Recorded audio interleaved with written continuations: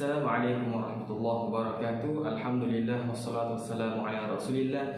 Subhanaka la ilma lana illa ma 'allamtana innaka antal alimul hakim wa la fahma lana illa ma fahamtana innaka antal jawadul karim. Alhamdulillah, segala puji-pujian hanya bagi Allah, Rabb semesta alam. Selawat serta salam kepada junjungan besar kita Nabi Muhammad sallallahu alaihi wasallam, kepada keluarganya, sahabatnya dan juga kaum kerabatnya. Pada kali ini saya akan membincangkan satu tajuk yang di mana ia amat penting kepada asatizah yang di luar sana dan juga kepada diri saya sendiri terutamanya, dan juga kepada umat Islam baik ianya ilmuwan maupun orang awam. Perbincangan kita pada hari ini ialah mengenai ulum Quran.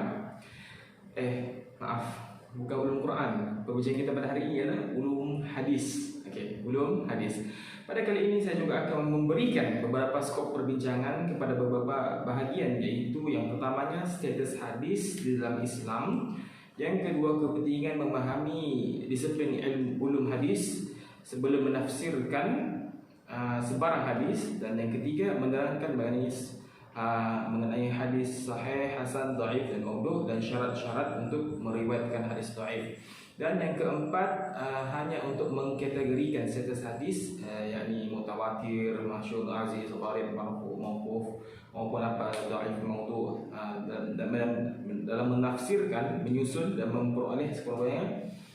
Saya akan memberikan 5 pengajaran yang saya akan bincangkan pada kali ini. Hadis yang saya akan ceritakan adalah 3 buah hadis. Baik, sebelum saya pergi pada skop yang pertama, saya selalu melakukannya dalam menggunakan definisi terlebih dahulu. Definisi hadis itu sendiri, barulah kita akan pergi pada skop yang seterusnya. Baik, definisi hadis. Hadis ialah perkataan bahasa Arab yang bermaksud baharu atau lawan bagi lama. Hadis dari segi istilah, para sarjana hadis bermaksud sesuatu yang disantarakan kepada Nabi Muhammad SAW, sama ada dari segi perkataan, perbuatan atau pengakuan, yakni takrir, atau sifat-sifat beliau, sama ada sifat-sifat fizikal atau sifat-sifat pribadi. Oleh itu, berdasarkan definisi ini, hadis merangkumi 5 aspek berikut. Yang pertama perkataan, perbuatan, takrir, sifat-sifat fizikal dan juga sifat-sifat pribadi. Kita pergi kepada satu-satu. Perkataan, kata-kata yang disebutkan oleh Rasulullah seperti innamal a'malu binniyat, yang bermaksud sesungguhnya setiap amalan itu dengan niat. Dan yang kedua perbuatan Rasulullah yang diceritakan oleh para sahabat. Contohnya seperti yang diriwayatkan oleh isteri Nabi sallallahu alaihi wasallam, Aisyah, kana Nabi sallallahu alaihi wasallam yad'u arba'a qabla az-zuhr wa rak'atayn qabla ghada. Yang bermaksud Nabi tidak pernah meninggalkan solat 4 rakaat sebelum zuhur dan 2 rakaat sebelum subuh. Diriwayatkan oleh Bukhari. Takrir, takrir, sesuatu percakapan atau perbuatan yang dilakukan oleh para sahabat dan Rasulullah hanya diam dan tidak mengingkarinya. Maka tindakan Rasulullah yang berdiam diri dan tidak mengingkarinya merupakan suatu pengakuan dan pengiktirafan daripada beliau. Ia adalah suatu yang disyariatkan kerana Rasulullah tidak akan berdiam diri dalam perkara-perkara yang dilarang. Contohnya pengakuan beliau kepada sahabat yang makan daging dhab, seperti yang direkodkan oleh Bukhari, pengikhtirafannya terhadap perbuatan pemuda Habsyah yang bermain di dalam masjid, seperti yang direkodkan oleh Bukhari, dan lain-lain lagi. Kita pergi kepada yang ketiga, sifat-sifat fizikal. Yang keempat, sifat-sifat fizikal. Perkara seperti ini diceritakan oleh para sahabat Rasulullah, yang mengatakan beliau adalah seorang yang elok para serupanya, baik penciptaan, tidak terlalu tinggi, tidak juga terlalu rendah. Sifat-sifat pribadi, yaitu hadis yang menceritakan akhlak Rasulullah. Contohnya seperti Nabi Muhammad SAW, yaitu hadis yang menceritakan akhlak Rasulullah SAW. Contohnya seperti hadis Nabi Muhammad SAW tidak pernah sama sekali mencela makanan. Jika suka, beliau akan makan, dan jika tidak suka, beliau meninggalkannya. Menurut majoriti para sarjana hadis, definisi hadis yang dinyatakan ini adalah sama dengan definisi sunnah. Jadi hadis dengan sunnah itu sama. Baik. Pembagian hadis secara umum. kita masuk kepada pembagian hadis secara umum. Secara umumnya hadis boleh dibahagikan kepada dua kategori, iaitu hadis yang boleh diterima atau disebut sebagai hadis maqbul, dan hadis yang tertolak atau disebut sebagai hadis mardud. Ini di bawah kategori hadis yang diterima, yakni maqbul, ada dua hadis, iaitu hadis sahih dan hadis hasan. Kedua-dua jenis ini pula terbahagi kepada dua bahagian: hadis sahih li zatihi, hadis sahih li ghairihi, hadis hasan li zatihi, hadis hasan li ghairihi. Di bawah kategori hadis yang ditolak, yakni al-mardud, terdapat hadis dhaif, yakni lemah. Hadis dhaif ini terbahagi kepada banyak jenis hadis. Antara hadis dhaif yang paling teruk ialah hadis palsu, yakni maudhu'. Baik, definisi sanad dan matan. Kita pergi pada definisi sanad dan juga matan. Okey. Sanad dari sudut bahasa bermaksud sesuatu yang disandarkan kepadanya sesuatu yang lain, atau disebut tempat sandaran atau bergantung. Dari sudut istilah para sarjana hadis, sanad bermaksud rangkaian para pelapor hadis, yakni rawi, yang bersambung sehingga ke sisi kandungan matan, yakni hadis. Okey. Matan dari sudut bahasa Arab bermaksud sesuatu yang keras dan tinggi dari permukaan bumi. Dari sudut para sarjana hadis, matan bermaksud sesuatu yang sesuatu yang ada selepas daripada sanad. Dalam bahasa yang mudah, sanad ialah isi kandungan atau teks hadis yang biasanya terletak selepas nama pelapor terakhir dalam suatu hadis. Baik. Berikut merupakan rajah menunjukkan pembahagian hadis secara umum.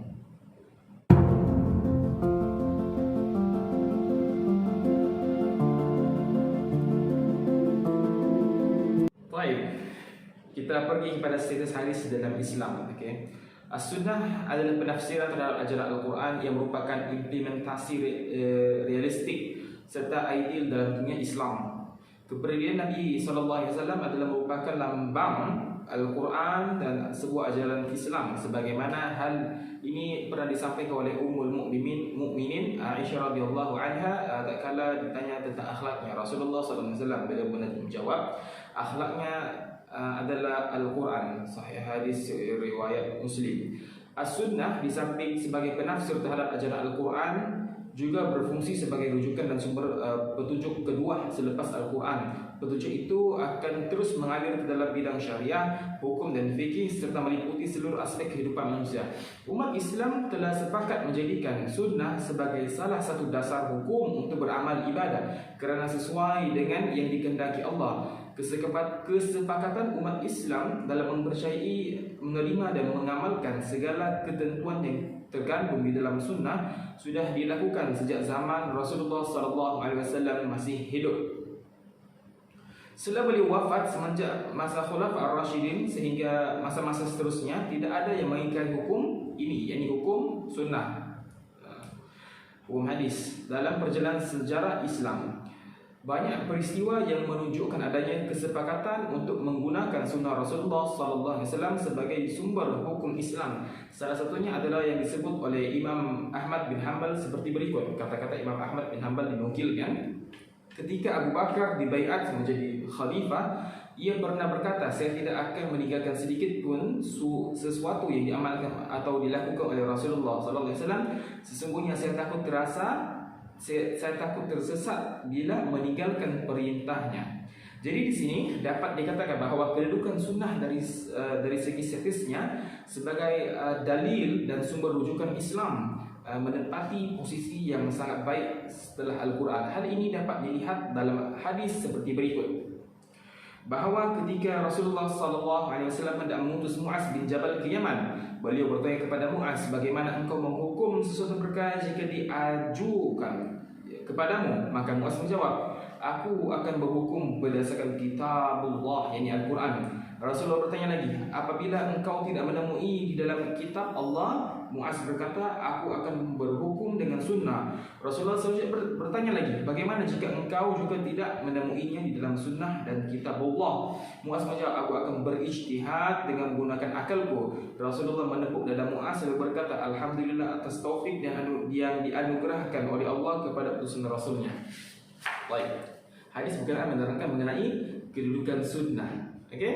Jadi kita dapat ketahui hadis yang sahih meriwayatkan sunnah adalah sumber kedua sebagai pembinaan Islam, dan sunnah ataupun hadis ini amat penting di dalam dunia Islam. Baik, kita pergi kepada skop yang kedua, memahami disiplin ulum hadis sebelum menafsirkan sebarang hadis. Baik. Yang pertama dia adalah menta'dil dan mentarjih. Yang kedua menggunakan syarat, musara'ah dan liqa'. Yang ketiganya syarat yang sudah disepakati oleh ulama, jalan-jalan yang sudah disepakati oleh ulama, yaitu bahawa perawi harus seorang muslim, berakal, jujur, tidak muflis, memiliki sifat adil, kuat ingatannya, sedikit melakukan kesalahan, sanadnya bersambung dan matanya tidak janggal di sisi para ulama hadis. Baik. Itu adalah 5 yang saya berikan, mungkin lebih pada 5. Okey. Dan seterusnya kita skop yang ketiga, kita pergi kepada syarat-syarat untuk meriwayatkan hadis dhaif, pengenalan ringkas. Okey. Hadis menjadi hadis sahih, bagaimana dia jadi hadis sahih, bagaimana jadi hasan, bagaimana jadi dhaif, bagaimana dia jadi maudhu'. Baik, kita pergi kepada hadis yang pertama, ini hadis sahih. Okey. Definisi hadis sahih. Hadis sahih ialah hadis yang sanadnya bersambung, disampaikan oleh pelakon, ini rawi yang adil, sempurna kekuatan ingatannya, ini dhabit, dari awal hingga akhir sanad tanpa ada sebarang percanggahan, yakni syaz, dan juga kecacatan, yakni illah. Baik, syarat-syarat hadis sahih. Banyak definisi ini dapat disimpulkan bahawa hadis sahih mempunyai 5 syarat. Yang pertamanya, sanad salasilah pelapor yang bersambung. Yang keduanya, pelapor yang adil. Yang ketiganya, pelapor yang sempurna kekuatan ingatannya. Yang keempat, tidak ada sebarang percanggahan. Yang kelima, tidak ada sebarang kecacatan. Baik. Syarat yang pertama, kedua dan ketiga berkaitan dengan sanad, manakala syarat yang keempat dan kelima pula berkaitan dengan matan, yakni isi hadis. Okey. Ciri-ciri hadis sahih. Kita pergi pada ciri hadis sahih. Kita pergi. Ciri-ciri hadis sahih yang pertamanya, sanadnya bersambung, pelapor yang adil, pelapor yang sempurna, kekuatan ingatan, tidak ada percanggahan, tidak ada sebarang kecacatan, sama seperti tadi. Baik, penerangan. Sanad bersambung. Apa yang dimaksudkan dengan sanad yang bersambung? Sanad yang bersambung bermaksud semua pelapor menerima hadis tersebut secara langsung daripada guru atau pelapor sebelumnya. Ini perawi sebelumnya. Bersambung. Hal ini dapat dikenal pasti melalui lafaz yang digunakan oleh pelapor ketika dia menerima dan menyampaikan suatu hadis. Contohnya daripada lafaz berikut: haddasana ataupun haddasani, yang bermaksud aku atau kami telah diceritakan. Yang keduanya, akhbarana ataupun akhbaroni, yang bermaksud aku atau kami sudah diberitahu. Yang ketiga, sami'tu atau sami'na, yang bermaksud aku ataupun kami telah sudah mendengar. Dan lafaz-lafaz menunjukkan dengan jelas bahawa pelapor tersebut telah mendengar dan menerima hadis secara langsung. Manakala lafaz-lafaz yang menunjukkan kemungkinan pelapor tidak mendengar dan menerima sesuatu hadis itu secara langsung ialah seperti yang pertama, ada 2. Yang pertama, an fulan.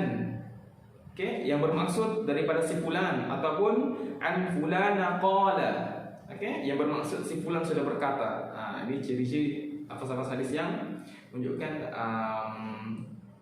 kemudian pelapor tidak mendengar atau menerima sesuatu hadis secara mutawatir, secara bersambung. Okey, baik. Kita pergi pula kepada pelapor hadis yang adil. Adil yang dimaksudkan di sini ialah keupayaan yang dimiliki oleh seseorang sehingga mendorongnya untuk beriltizam dengan sifat taqwa dan akhlak yang baik. Oleh itu, seseorang pelapor yang adil di sisi para sarjana hadis mesti memenuhi ciri-ciri dan sifat-sifat berikut. Yang pertama, adalah Islam. Pelapor tersebut mesti seorang muslim. Syarat ini hanya untuk pelapor yang ingin menyampaikan suatu hadis sahaja, manakala pelapor yang ingin menerima suatu hadis tidak disyariatkan dirinya seorang muslim. Seorang yang kafir dan mendengar hadis daripada Rasulullah kemungkinan menyampaikan selepas dia memeluk Islam, manakala hadis yang disampaikan itu diterima jika tiada sebarang perkara lain yang terhalang. Tetapi jika sesuatu hadis itu disampaikan ketika dia masih lagi kafir, maka ia tidak diterima. Orang kafir tidak boleh meriwayatkan hadis. Dia mendengar boleh. Baik. Yang keduanya, baligh. Syarat ini juga hanya untuk pelapor yang ingin menyampaikan suatu hadis, tidak untuk pelapor yang menerima hadis. Maksudnya menerima hadis, kita mendengar hadis umum, tapi untuk yang menyampaikan sesuatu hadis perlulah baligh. Baik, kita teruskan. Maka jika seorang kanak-kanak yang belum baligh menerima suatu hadis, kemungkinan menyampaikannya selepas dia baligh, hadis tersebut diterima. Baik, macam itu. Yang seterusnya berakal. Berakal ialah seorang yang waras. Ini merupakan faktor pelapor utama. Pelapor itu bercakap benar dan menyampaikan suatu hadis dengan tepat. Tidak ada kecacatan, tidak ada pertinihan perkataan. Yang seterusnya sempurna daripada sifat-sifat fasik. Fasik ialah melakukan dosa besar atau berterusan dalam melakukan dosa kecil atau melakukan sesuatu ibadah, sesuatu bid'ah. Itu ibadat yang dilakukan, yang direka-reka, yang bid'ah, yang boleh membawa kepada kekufuran dan kefasikan. Maka pelapor yang tidak fasik ialah seorang yang tidak melakukan dosa besar, tidak berterusan dalam melakukan dosa kecil, dan bukan juga seorang yang melakukan bid'ah sehingga membawa kepada kekufuran dan kefasikan. Seorang pelapor itu mestilah berakhlak dengan sifat-sifat dan adab-adab yang baik. Dia tidak melakukan perkara-perkara yang boleh mencemarkan marwah, sama ada kesalahan kecil yang ringan, ataupun melakukan sesuatu perkara harus yang bersalahan dengan adab dan budaya sesuatu masyarakat itu. Contohnya seperti kencing di jalanan, makan sambil berdiri, ketawa terbahak-bahak dan sebagainya. Baik, seterusnya kita pergi kepada sempurna daripada perkara yang mencemar marwah. Sifat adil seorang pelapor boleh dikenal pasti dengan dua cara. Seorang pelapor itu memang terkenal sebagai seorang yang memiliki ciri-ciri tersebut yang saya sebutkan tadi, dan orang ramai juga turut mengakuinya, turut mengiktiraf dia ini mempunyai akhlak yang mulia. Yang kedua, penilaian para sarjana dalam bidang al-jarh wa ta'dil terhadap seorang pelapor itu yang menyatakan dia adalah seorang yang adil. Al-jarh wa ta'dil adalah satu disiplin ilmu yang digunakan untuk menilai seseorang pelapor, sama ada dia seorang yang boleh percaya atau tidak. Pelapor yang rawi yang sempurna dhabit bermaksud setiap hadis yang disampaikan oleh seseorang pelapor itu mestilah betul dan tepat dalam arti kata lain yang mana yang diterima, dan dalam arti kata lain pelapor tersebut mempunyai ingatan yang kuat. Dhabit terdapat dua jenis. Satu dhabit as-sadr dengan dhabit al-kitab. Okey. Kita pergi pada dhabit as-sadr. Seorang pelapor itu menghafaz dengan baik hadis yang diterima daripada gurunya, dan dia mampu menyebutnya kembali pada bila-bila masa yang dikehendaki bermula ketika dia mendengar hadis tersebut, sehingga dia ingin menyampaikan pula kepada anak muridnya. Tapi pada dhabit al-kitab, yakni seorang perawi itu menulis dengan tepat hadis yang diterima daripada gurunya dan menjaganya daripada berlaku sebarang perubahan bermula ketika dia mendengar hadis tersebut, sehingga ketika dia ingin menyampaikan kepada orang lain berpandukan kepada catatan yang dibuat. Pelapor ini juga tidak menjaminkan kecacatan beliau ini kepada orang lain kecuali kepada orang yang memang dipercayai. Terdapat beberapa cara untuk mengenal pasti yang seorang pelapor itu sempurna dhabitnya, yaitu dengan cara membuat perbandingan seperti berikut. Yang pertama, perbandingan antara beberapa hadis yang disampaikan oleh sahabat Rasulullah dengan sahabat yang lain. Yang kedua, perbandingan daripada hadis daripada seorang pelapor yang sama pada zaman-zaman yang berbeza.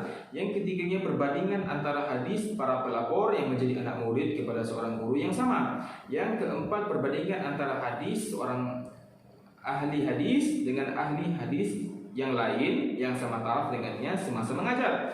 Yang kelima, perbandingan antara catatan yang terdapat di dalam kitab dengan yang dilafaz, dan antara catatan kitab dengan catatan yang lain. Yang keenam, perbandingan antara hadis seorang pelapor dengan nas-nas Al-Quran. Baik, kita pergi kepada skop tidak syaz dalam masih dalam skop hadis sahih. Hadis yang disampaikan mesti bukan hadis yang syaz. Syaz apa maksud dia? Okey, maksud dia hadis yang disampaikan oleh para pelapor yang thiqah yang dipercayai, bercanggah dengan hadis daripada pelapor yang lebih lagi thiqah dan dengan sejumlah pelapor yang thiqah. Pelapor yang thiqah ialah pelapor yang mempunyai gabungan sifat-sifat adil dan dhabit yang sempurna, yakni seperti yang sudah dihuraikan tadi di atas. Okey. Seterusnya, tidak ada sebarang illah. Illah, maksud illah di sini ialah yang sebab tersembunyi yang mencacatkan kesahihan sebuah hadis. Sedangkan pada zahirnya hadis tersebut kelihatan sempurna.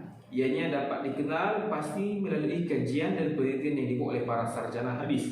Contohnya, suatu hadis susur galur, yakni sanadnya, penyampai hadis tersebut dilihat bersambung secara zahir, tetapi selepas dikaji sebenarnya ada susur galur yang terputus. Hadis dari segi sanad zahirnya okey, tapi sekali diteliti ada di pertengahan jalan tu ada yang terputus dia punya sanad. Baik, kita pergi kepada hadis hasan. Kita pergi pada definisi hasan. Definisi hadis hasan ialah hadis yang sanadnya bersambung dari awal hingga akhir, disampaikan oleh pelapor yang adil, kekuatan ingatan yakni dhabit kurang sedikit daripada tahap ingatan pelapor hadis sahih, tanpa ada sebarang syaz dan juga illah. Baik, syarat-syarat hadis hasan. Macam mana hadis ni kita boleh kategorikan sebagai hadis hasan? Dia ada beberapa, ada 5. Yang pertama, sanad yang bersambung. Yang keduanya, para pelapor yang adil. Yang ketiganya, tahap dhabit, pelapor yang kurang sedikit daripada pelapor sahih. Yang keempatnya, tidak ada sebarang syaz. Yang kelima, tidak ada sebarang illah. Huraian tentang ciri-ciri ini adalah sama seperti hadis sahih yang diterangkan dalam hadis sahih. Iaitu perbezaan di antara hadis sahih dan hadis hasan.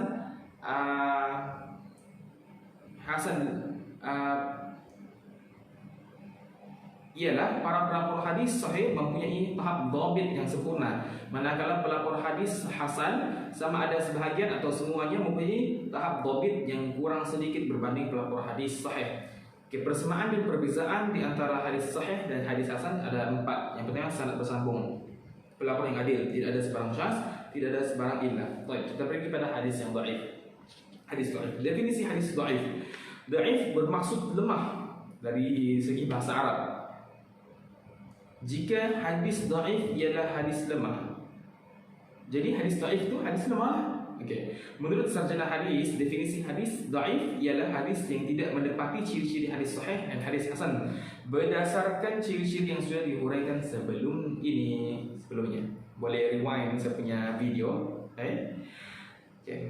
Ini pengertian yang diberikan oleh para sarjana hadis, di antaranya ialah Ibni As-Salah dalam bukunya Ulum Al-Hadis, An-Nawawi dalam At-Taqrib, dan Ibn Kathir dalam Ikhtisar Ulum Al-Hadith.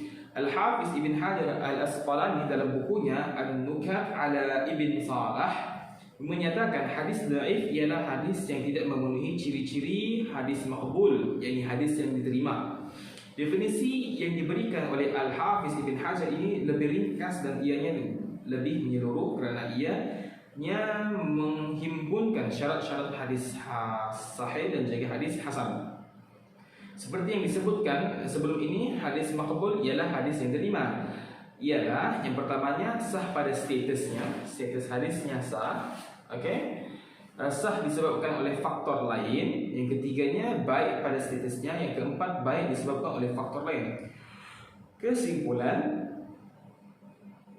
hadis dhaif ialah hadis yang tidak memenuhi syarat-syarat hadis yang diterima, yakni hadis maqbul. Oleh itu, mana-mana hadis yang tidak memenuhi walaupun satu daripadanya ciri-ciri hadis maqbul tersebut, maka ia dikategorikan sebagai hadis dhaif. Tetapi kemungkinan hadis yang dhaif ini boleh dinaikkan ke darjat hadis yang boleh diterima jika ada hadis yang lain menguatkannya. Hadis ini hadis yang dhaif, tapi ada hadis-hadis yang lain yang sama dengan dia, yang sama, hampir-hampir sama statusnya, maka dia boleh dikuatkan, hadis saling berkuat. maka dia akan naik ke satu taraf yang boleh dinaikkan, mungkin hadis hasan begitu. Hasan li ghairi. Baik, sebab hadis dhaif. Sebab hadis dhaif ini dia ada 6. Yang pertamanya syaratnya tidak bersambung. Okey. Yang keduanya sulur galur pelapornya atau sebahagiannya tidak adil. Yang ketiga susul galur pelapornya dan sebagainya tidak dhabit. Yang keempat mempunyai syaz sama ada pada matan atau sanad atau pada kedua-duanya sekali. Yang kelimanya mempunyai illah, yakni sebab-sebab kecacatan sama ada pada sanad atau matan atau pada kedua-duanya sekali. Yang keenam tidak ada hadis selain yang boleh menguatkannya. Hadis dhaif dia satu saja, dia sendiri saja, tidak ada hadis yang lain mampu menguatkannya. Begitu. Itu dhaif lah. Tapi kalau ada hadis dhaif yang mungkin boleh menguatkan sesama hadis dhaif yang lain, maka dia akan dinaikkan kepada dhaif ringan. Okey, baik. Kita pergi kepada hadis palsu ataupun hadis maudhu'. Okey, kita pergi kepada definisi hadis maudhu'. Hadis maudhu' adalah perkataan bahasa Arab yang berarti palsu atau yang direka-reka. Hadis maudhu' ialah hadis palsu adalah salah satu jenis daripada jenis hadis dhaif. Hadis maudhu' ialah hadis yang direka dan dinisbahkan kepada Nabi Muhammad sallallahu alaihi wasallam ataupun disandarkan kepada Nabi. Definisi ini seperti yang dinyatakan oleh Ibn As-Salah dalam bukunya Ulum Al-Hadis. Menurut Ibn Salah, hadis maudhu' adalah sejenis hadis dhaif yang paling teruk. Bagaimana hadis palsu dikenal pasti? Bagaimana dikenal pasti ada dua jenis, okey? Seperti mana sarjana hadis menetapkan kaedah-kaedah tertentu untuk menentukan sesuatu hadis yang diterima, iaitu hadis sahih, hasan maupun dhaif. Demikian juga mereka menetapkan kaedah-kaedah tertentu bagi mengenal pasti hadis yang palsu. Para sarjana hadis sudah mengenal pasti beberapa tanda atau ciri tertentu yang ada pada hadis palsu. Tanda-tanda atau ciri-ciri hadis palsu ini dibahagi kepada dua bahagian. Yang pertama ciri-ciri yang terdapat pada sanad dan juga kedua ciri-ciri terdapat pada matan. Okey. Hal ini diuraikan secara terperinci oleh seorang pakar hadis pada masa kini, yaitu Syekh Dr. Nur Ad-Din Itr dalam bukunya Manhaj Al-Naqd fi Ulum Al-Hadis. Syekh Dr. Mustafa Al-Zibai dalam bukunya As-Sunnah wa Makhnatuha fi Tashri' Al-Islami, dan Dr. Syekh Dr. Abdul Al-Karim bin Abdul Al-Khidr di dalam bukunya Al-Hadis Ad-Dhaif. Okey, tanda-tanda palsu pada sanad. Yang pertamanya pelakunya adalah seorang yang pendusta dan dia terkenal sebagai seorang yang suka melakukan pendustaan. Yang keduanya pengakuan sendiri oleh pelapor yang sudah mendustakan hadis. Ini seperti yang dilakukan oleh Abu Ismah bin Abi Maryam yang mengaku bahawa dia sudah mencipta hadis palsu tentang kelebihan surah-surah Al-Quran. Abdul Al-Karim bin Abi Al-Auja' yang mengaku mencipta sebanyak 4,000 hadis palsu dan lain-lain lagi. Seseorang itu menyampaikan hadis daripada yang lain yang terbukti mereka tidak pernah berjumpa atau dia lahir selepasnya. Di sini maksudnya sanadnya terputus. Baik. Yang ketiga dia, daripada kematiannya atau pelapor itu tidak pernah pergi ke tempat yang didakwa menerima hadis tersebut. Contohnya seperti yang didakwa oleh Ma'mun bin Ahmad Al-Harawi bahawa dia mendengar hadis daripada Hisham bin Ammar. Lalu Ibn Hibban bertanya Ma'mun, bilakah kamu masuk ke Syam? Dia menjawab pada tahun 250 Hijri. Ibn Hibban berkata, sesungguhnya Hisham yang kamu dakwah mengambil hadis daripadanya sudah meninggal dunia pada tahun 245. Kenapatan dia menipu. Okey, baik. Kita bagi pula tanda hadis palsu pada matan. Ada banyak yang ulama berikan, tetapi saya berikan yang pertama sahaja, iaitu yang pertamanya teks hadis atau maknanya yang pelik dari sudut bahasa Arab. Para tokoh hadis dapat mengenal pasti hadis itu palsu jika lafaznya atau makna hadis itu tidak digunakan dalam bahasa Arab tinggi. Sedangkan Nabi Muhammad adalah seorang yang paling fasih bahasanya. Para sarjana hadis para sarjana hadis yang sebahagian besar hidupnya diperuntukkan untuk mengkaji hadis mempunyai kemahiran yang tinggi dalam mengenal pasti perkara ini daripada matan. Salah satunya yang Dr. Zaimi bagi tahu, salah satunya an Ali. Jadi an Ali ini dia cuma kaedah untuk berhati-hati. Kalau hadis itu bermula daripada an Ali, revisi matanya an Ali radhiyallahu an, hati-hati, kena berhati-hati. Baik, kita pergi kepada pengajaran hadis yang saya akan bawakan. Ini 3 hadis. Hadis yang pertama ialah hadis ini merupakan suatu hadis yang popular di kalangan para sarjana hadis, dan malahan hadis ini dinilai sahih oleh Imam Bukhari dan juga Muslim, begitu juga para sarjana yang lain. Baik, saya bacakan. An Amiril Mu'minin Abi Hafsin Umar ibn Al-Khattab radhiyallahu anhu qala sami'tu Rasulullah sallallahu alaihi wasallam yaqul innamal a'malu binniyat wa innamal likulli imri'in ma nawa faman kanat hijratuhu ila Allah wa rasulih fahijratuhu ila Allah wa rasulih wa man kanat hijratuhu lid-dunya yusibuha aw imra'atin yankihuha fahijratuhu ila man hajara ilayhi.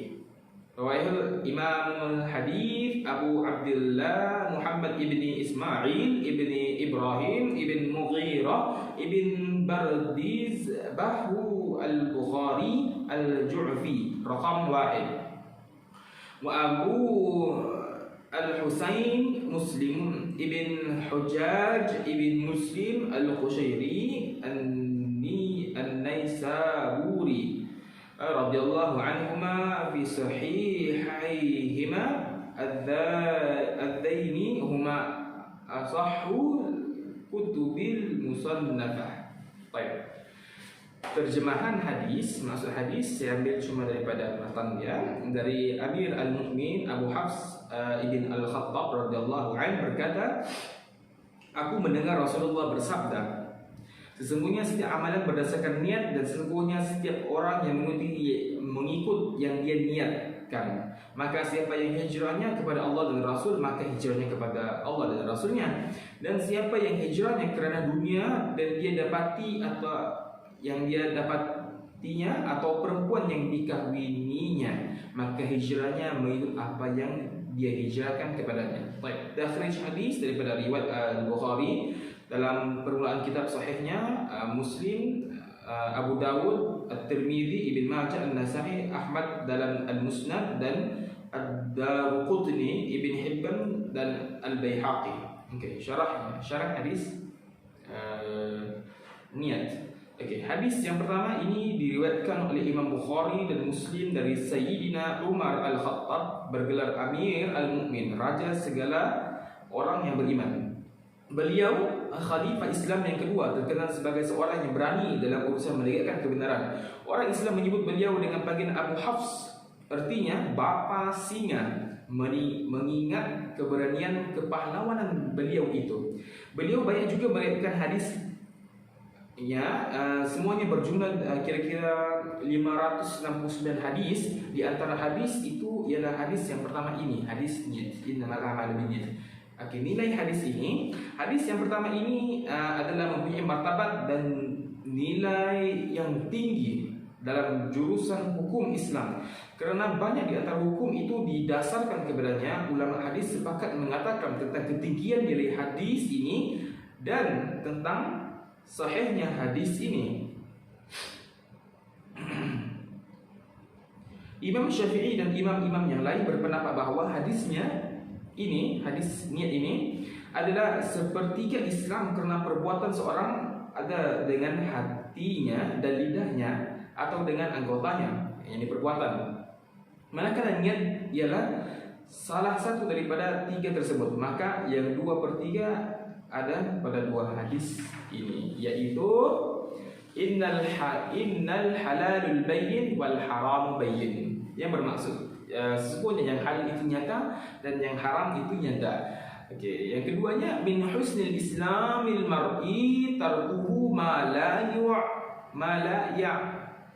yu'nihi, yang bermaksud daripada keelokan Islam seorang itu meninggalkan apa yang tidak berguna kepada dirinya. Okey, pengajaran hadisnya ya. Yang pertamanya, niat rahsia dan roh ibadah. Allah berfirman di dalam suratul Iddah, surah ke-11 ayat yang ke-8, min ba'di a'udzu billahi minasyaitonir rajim, lan yanalallaha luhumuha wala dima'uha walakin yanaluha at-taqwa minkum kadzalika sakhkharaha lakum litukabbirullaha ala ma hadakum wa basyiril muhsinin. Sadaqallahul azim. Yang bermaksud daging-daging unta dan darahnya itu sekali tidak dapat mencapai keridhaan Allah, tetapi ketakwaan dari kamulah yang dapat mencapainya. Demikianlah Allah telah menundukkannya untuk kamu supaya kamu mengagungkan Allah terhadap hidayahnya kepada kamu, dan berilah kabar gembira kepada orang-orang yang berbuat baik. Suratul Hajj ayat 31. Baik, Abdullah bin Mas'ud memaparkan ucapan tidak akan bermanfaat kecuali disertai dengan amalan. Ucapan dan amalan tidak akan memanfaatkan kecuali disertai dengan niat. Ucapan, amalan dan niat tidak bermanfaat kecuali dengan praktikal sesuai dengan as-sunnah. Okey, Al-Iddah jilid yang ke-11 ayat yang ke-8. Okey, yang keduanya, niat seseorang lebih sempurna dari amalnya. Baik. Thabit Al-Banani mengungkapkan niat seseorang lebih sempurna dari amalnya. Seseorang mukmin berniat melakukan ibadah pada waktu malam, berpuasa di siang hari dan mendermakan sebahagian harta, namun dirinya tidak mengikuti semua itu. Jadi niatnya jadi sempurna dari amalnya. Boleh yang ini boleh rujuk dalam kitab Al-Hilya Al-Awliya jilid yang kedua, halaman 326. Baik. Yang ketiga, bahagia di dunia dan di akhirat. Sesiapa yang dikehendaki kehidupan sekarang, yakni duniawi, maka kami segerakan baginya di dunia ini apa yang kami kehendaki bagi orang yang kami kehendaki. Kemudian kami sediakan baginya yakni di akhirat neraka jahanam. Dia akan memasukinya dalam keadaan tercela dan terusir.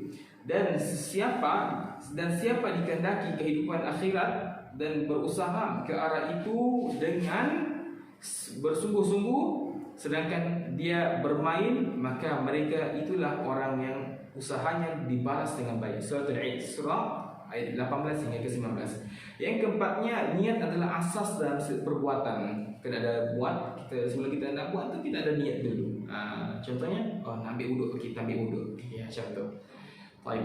Yang kelima, yang terakhir daripada hadis yang pertama, seorang muslim berniat pada perkara-perkara yang diharuskan, maka dia turut mendapat pahala walaupun dia tidak melakukannya. Oleh itu kita hendaklah memperelokkan niat kita, mendahulukan setiap perbuatan baik kita pada masa sekarang yang akan datang, sehingga kan kita mendapat ganjaran daripada Allah. Baik, yang eloknya niat ini adalah kita berniat. Contoh, saya nak niat baca Quran. Saya nak niat baca Quran, tapi saya tidak jadi baca Quran. Mungkin saya terlupa ataupun saya ada hal-hal yang lain perlu diselesaikan. Maka saya pun turut mendapat pahala seperti membaca Al-Quran, walaupun selepasnya saya membaca Quran. Baik, kita pergi kepada hadis yang kedua. Hadis ini juga merupakan hadis yang diriwayatkan oleh Imam Bukhari dan Imam Muslim sendiri. Jadi status hadis ini adalah hadis sahih. Antara salah satu cara kita mengenal pasti pada masa kini hadis itu sahih ataupun tidak, kalau dia rawahu Syaikhana, rawahu Bukhari, rawahu Muslim, maka itu hadis yang sahih lah. Baik, saya akan bacakan hadis yang kedua ini. An ummul mu'minin Ummu Abdillah Aisyah radhiyallahu anha qalat, qala Rasulullah sallallahu alaihi wasallam, man ahdatha fi amrina hadha ma laysa minhu fahuwa rad. Rawahu Bukhari wa fi riwayat Muslim, man 'amila 'amalan laysa 'alaihi amruna fahuwa rad. Baik, terjemahannya dari ibu kaum mukmin Ummu Abdillah yakni Aisyah radhiyallahu an, istrinya Rasulullah. Dia berkata, Rasulullah pernah bersabda, barang siapa yang mengadakan sesuatu amalan dalam urusan agama kami, yang bukan dari kami, yang maksudnya yang tidak kami contohi, maka amalan itu tertolak. Hadis Bukhari dan Muslim. dan dalam riwayat Muslim beliau bersabda, barang siapa melakukan sesuatu amalan yang tidak ada perintahnya dari kami, maka ia tertolak. Baik. Kedudukan hadis ini. Hadis ini sangat agung kedudukannya kerana merupakan dasar penolakan terhadap seluruh bentuk bid'ah yang menyelisihi syariat Islam, baik bid'ah dalam akidah, bid'ah ibadah maupun muamalah, bid'ah muamalah dalam berniaga. Baik. Masalah al-mursalah kepada hadis ini adalah kalau seorang itu benar-benar memahami hakikat bid'ah, maka dia boleh terus dengan sesuatu yang disebut dengan masahilul mursalah. Okey, sepintas antara bid'ah dan masalihul mursalah adalah kesamaan, namun hakikatnya berbeza. Adapun perbezaan adalah seperti berikut. Okey, masalihul mursalah terjadi pada perkara duniawi atau pada wilayah demi menjaga 5 maqasid syar'iyyah, iaitu agama, jiwa, harta, keturunan dan akal. Ada 5. Sementara bid'ah yang terjadi pada ibadah atau ghayah. Baik.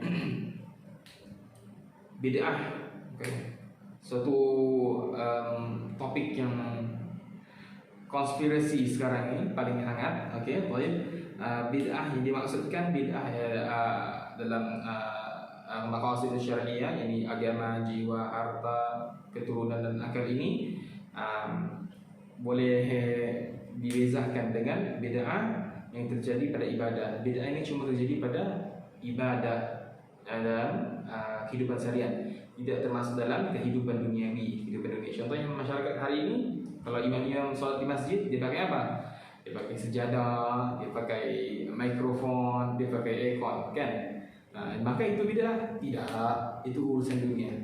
Nabi berkata, kamu lebih tahu dunia kamu berbanding aku. Macam itu. Okey, baik. Kita pergi kepada pengajaran hadis yang kedua. Yang pertamanya, setiap perkara dalam urusan takbir agama memerlukan dalil. Okey, jika kita mendakwa, okey, ini adalah agama, ini adalah agama, maka minta dalil kepadanya. Baik. Yang keduanya, ikut dan patuh apa yang disuruhkan dan dianjurkan oleh Rasulullah. Ikut apa yang diperintahkan oleh Allah dan Rasul, dan apa yang disarankan, yang disuruh ataupun yang digalakkan oleh Allah dan Rasulnya. Baik. Yang ketiga, jangan melakukan suatu perkara yang Rasulullah tidak ajar. Ada Rasulullah mengajarkan kita kepada semua umat muslim dan muslimat. Kalau kita tengok dalam kitab hadis, kutubus sittah dan kitab hadis yang lain, Rasulullah cukup mengajarkan kita daripada bangun tidur sampai selepas bangun tidur sampai sebelum mati. Itu Rasulullah ajarkan kita. Maka apa benda yang Rasulullah tidak ajar? Baik, dalam berurusan agama. Yang keempatnya, ikut sunnah Rasulullah, sahabat baginda dan khulafa rasyidin. Ini yang paling selamat. Okey, yang dicontohkan. Karena Rasulullah berkata, zaman yang terbaik adalah 3 kurun selepasku. Ini zaman Rasulullah, zaman sahabat, zaman tabi'in, macam itu. Okey, baik. Itu adalah pengajarannya. Okey. Lepas itu yang kelima, yang terakhir, sentiasa berjaga di dalam urusan ibadah. Harus berjaga-jaga, tuan-tuan dan puan-puan sedang penonton hadirin sekalian. Kita kena berjaga dalam urusan takbir agama. Bolehkah solat maghrib 4 rakaat? Bolehkah solat subuh 10 rakaat? Minta lagi. Sebab permulaan pagi kan tak ada buat apa, minta 10 rakaat. Bolehkah? Tidak boleh. Bolehkah tambah-tambah azan? Kata istighfar kata dalam azan? Tak boleh. Itu tak boleh. Itu dalam urusan agama. Jadi kita kena berhati-hati dalam berurusan agama. Kena ada dalil yang sahih, dalil yang kuat untuk menyokong kita punya pendapat. Baik, kita pergi kepada hadis yang terakhir, hadis yang ketiga yang saya bawakan hari ini. Hadis ini merupakan hadis yang sahih juga kerana diriwayatkan oleh Imam Bukhari dan Imam Muslim sendiri. Seterusnya juga tidak ada sebarang illah, syaz dan pelapor yang lemah ingatannya. Baik, ini hadis sahih. Semuanya hadis di sini saya bawakan adalah hadis sahih. Dan hadis yang kedua itu pun juga turut sahih. Okey, saya bacakan hadisnya. An Abi Abdullah Nu'man ibn Bashir radhiyallahu anhu maqal sami'tu Rasulullah sallallahu alaihi wasallam yaqul innal halala bayyin wa innal harama bayyin wa bainahuma umurun mushtabihat la ya'lamuhunna katsirun minan nas faman ittaqa asy-syubhat faqad istabra ad-dinihi wa 'irdihi wa man waqa'a fi syubhat waqa'a fil haram كالراعي يرعى حول الحمى يوشك أن يرتعى فيه ألا وإن لكل ملك حمى ألا وإن حمى الله محارمه ألا وإن في الجسد مضغة إذا صلحت صلح الجسد كله وإذا فسد الجسد كله ألا وهي قلب رواه البخاري ومسلم. Okey, baik. Okey, hadis ini diriwayatkan oleh Imam Bukhari dan Imam Muslim dari Abu Abdullah An-Nu'aim ibn Bashar. An-Nu'aim adalah seorang Ansar suku Khazraj. Ibunya seorang sahabat saudara Abdullah bin Rawha. Demikian pula ayahnya Bashir. Bashir pernah bertanya kepada Rasulullah, yaitu engkau telah mengajarkan kami cara kami hendak mengucapkan salawat ke atas engkau. Lalu Rasulullah berkata, katakanlah Allahumma shalli ala Muhammad wa ala ali Muhammad wa barik ala Muhammad wa ala Muhammad kama barakta ala Ibrahim wa ala Ibrahim innaka Hamidum Majid fil alamin innaka Hamidum Majid. Baik. Nilai hadis ini merupakan setes hadis hukumnya yang mengandung nilai hukum. Para sarjana hadis sepakat mengatakan tentang hadis sahih sanadnya. Sanad hadis ini sahih. Para sarjana fiqh daripadanya dikeluarkan hukum yang ditunjuk olehnya. Hadis ini menunjukkan al-haram bayyin, al-halal bayyin, apa-apa yang sesungguhnya yang halal itu jelas, ini nyata, dan yang haram itu nyata. Dan jangan kamu mendekati disebutkan tadi mushtabihat. Okey, mushtabihat, jangan mendekati mushtabihat, kerana mushtabihat ini sesuatu yang kita panggil sebagai yang samar-samar, yang berselindung, yang tersembunyi di sebaliknya. Maka yang mushtabihat ini adalah sesuatu yang kita perlu jauhi. Okey, baik. Nilai hadis ini adalah hadis ini merupakan satu hadis hukum yang mengandung nilai hukum. Okey, hadis ini mempunyai nilai hukum sama dengan hadis-hadis yang lain dalam yang saya bawakan. Para sarjana hadis sepakat mengatakan tentang sahih sanadnya. Para sarjana fikih daripadanya dapat dikeluarkan hukum yang ditunjukkan olehnya. Baik, kita pergi kepada pengajaran hadis. Yang pertama, yang jauhi syubhat, yakni kesamaran, kerana ianya ada keraguan di dalamnya. Syubhat ini kita contoh, kita nak kita pergi ke pasar, pasar. Lepas tu di pasar tu kita tahu penjual tu pencuri. Kita tahu penjual tu pencuri, dia jiran kita lagi, okey? Tapi kita macam kita was-was di situ. Patutkah aku beli barang ni ataupun tidak? Maka itu dipanggil sebagai syubhat, yakni kesamaran ataupun keraguan di dalamnya. Maka jangan pergi membeli di situ. Maka keluar dari situ. Al-haram bayyin, yang haram itu jelas, dan yang halal itu pun jelas, maka belilah tempat-tempat yang halal. Okey, yang keduanya kiraan Rasulullah ialah sudah terang lagi bersulu yang haram dan juga yang halal. Rasulullah sudah bagi tahu ini haram, ini halal, ini halal, ini haram. Dan di tengah-tengah halal dan haram itu adalah kesamaran. Adalah kesamaran. Jadi mungkin kesamaran itu mungkin dibagi kepada halal, mungkin kesamaran itu pergi kepada haram. Maka kalau kita tidak pasti, jika kita tidak mempunyai kemampuan untuk mentakwil seperti ini, maka kita perlu tinggalkan sahaja. Itu yang lebih baik, tinggalkan. Yang ketiganya, hadis ini bukan sumber hukum dalam dunia fikih. Para ulama fikih seperti yang saya nyatakan tadi dalam ini menyatakan hadis ini hadis hukum. Hadis yang hukum, di dalamnya terdapat hukum. Okey, yang ini yang jelas, okey yang ini tak jelas, okey yang ini haram. Okey, maka dia jelas. Islam itu alamiah, syumul dan fleksibel. Baik. Yang keempatnya, banyak benda halal yang boleh dilakukan, maka ikutilah yang halal kerana yang haram cuma sedikit. kalau kita kira di dunia ini, yang halal dengan yang haram ni sedikit, yang halal ni banyak bertimbun tuan-tuan dan puan-puan. Kenapa kita perlu memilih yang haram? Kenapa kita perlu memilih haram? Kerana ada lagi nikmat-nikmat Tuhan yang lain lagi pada haram. Jangan pergi tempat haram. Kita pergi kepada tempat halal. Baik. Yang kelima, yang terakhir, hadis ini memberi gambaran akan hati dan jiwa seorang manusia. Baik. Sebelum hadisnya, hadis ini ada hadis yang selalu para asatizah di luar sana dan juga orang awam, baik dia mengucapkan ataupun mendengarkannya, wa inna fi jasadi mudghah idza salahat salahal jasad kulluhu wa idza fasadat fasadal jasad kulluhu ala wa hiya qalb.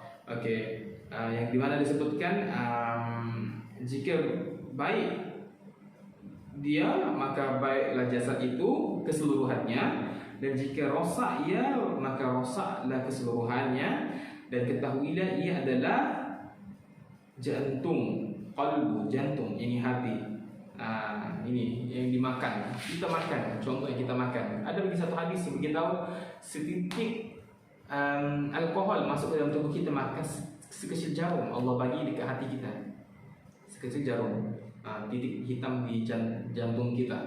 Maka itu disebutkan dalam Quran, fi qulubihim marad fazadahumullahu marada. Dalam hati mereka, dalam jantung mereka ada kesakitan, maka kesakitan itu Allah akan tambah lagi sebagai azab kepada mereka. Wallahu ta'ala alam.